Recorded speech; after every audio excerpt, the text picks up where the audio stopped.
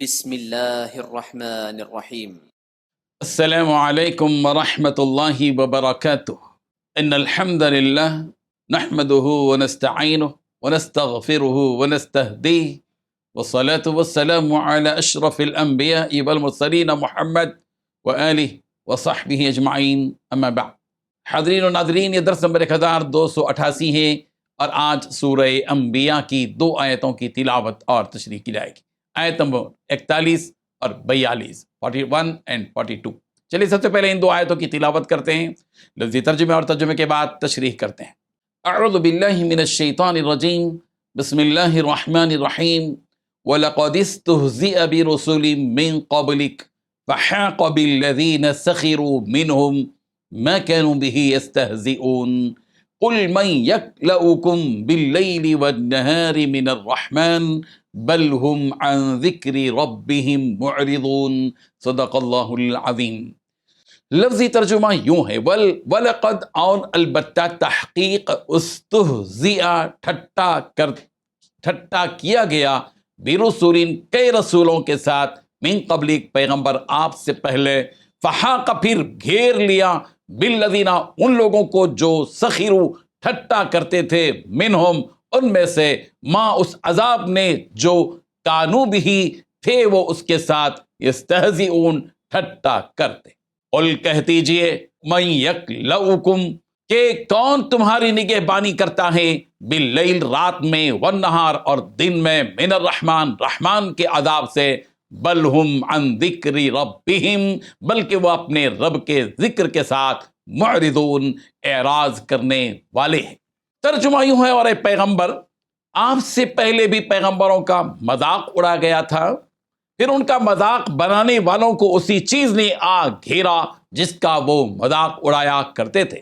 کہہ دو کہ کون ہے جو رات میں اور دن میں رب رحمان سے تمہارا بچاؤ کرے، مگر وہ ہیں کہ اپنے پروردگار کے ذکر سے منہ موڑے ہوئے ہیں۔ ان 2 آیتوں میں 4 باتیں بتلائی گئی ہیں۔ پہلی بات ہے، پیغمبر آپ سے پہلے بھی پیغمبروں کا مذاق اڑایا گیا تھا۔ دوسری بات، پھر ان کا مذاق بنانے والوں کو اسی چیز نے آ گھیرا جس کا وہ مذاق اڑایا کرتے تھے۔ تیسری بات، کہہ دو کہ جو رات میں اور دن میں رب رحمان کے عذاب سے تمہارا بچاؤ کرے گا۔ چوتھی بات، مگر وہ ہیں کہ اپنے پروردگار سے کے ذکر سے منہ موڑے ہوئے۔ بزرگان محترم، نبیوں کا مذاق اڑانا ایسا جرم ہے جس کا بدلہ عذاب ہے۔ مکے کے مشرکین رسول رحمت صلی اللہ علیہ وسلم کا مذاق اڑاتے تھے، جس سے آپ کو دلی تکلیف ہوتی تھی، اور اللہ تبارک و تعالیٰ اپنے پیارے محبوب کو ایسے موقع پر تسلی دیتے تھے۔